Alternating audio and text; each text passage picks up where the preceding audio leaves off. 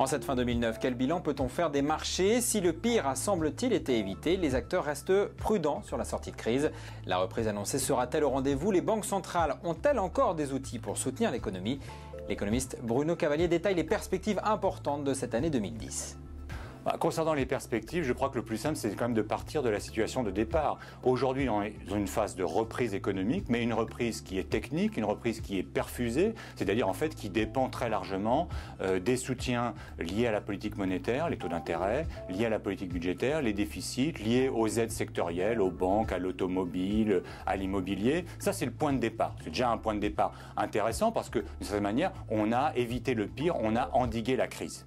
Et donc, le principal enjeu, le principal défi pour 2010, c'est de voir dans quelle mesure on parvient à passer de cette phase initiale de reprise, appuyée sur la demande publique, vers une phase où la reprise, le redressement de la demande serait davantage appuyé sur la demande privée. La demande privée des entreprises, celle des ménages, mais évidemment pour qu'il y ait un redressement de la consommation, il faut aussi qu'il y ait une stabilisation du marché du travail. Alors sur ce front-là, on a quelques éléments un peu plus favorable depuis quelques semaines, depuis quelques mois, même si ces signaux sont timides.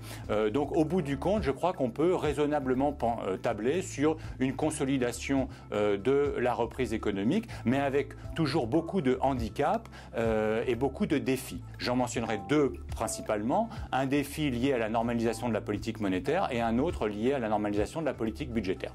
Concernant la politique monétaire, on sait qu'aujourd'hui, une situation tout à fait exceptionnelle, avec des taux d'intérêt extrêmement bas, avec une abondance de liquidités. C'est très bien, c'est ce qu'il fallait faire pour endiguer la crise.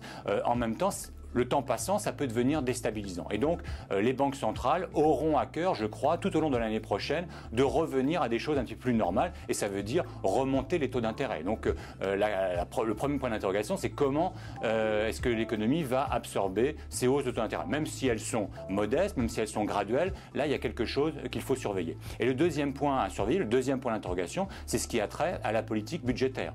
On a fait des déficits absolument gigantesques, un petit peu partout, financés par de la dette. Le problème, c'est que la dette, un jour, il faut la rembourser.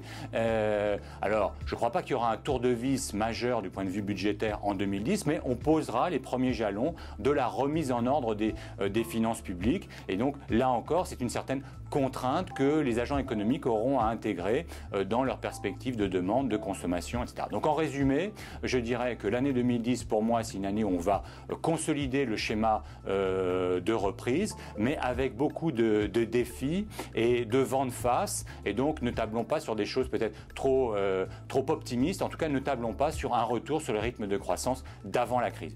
Croissance oui, mais croissance contrainte. Voilà mon scénario pour 2010. Le Mac d'Easy Bourse revient dès la rentrée. D'ici là, retrouvez toute l'information boursière en continu sur easybourse.com. À très vite.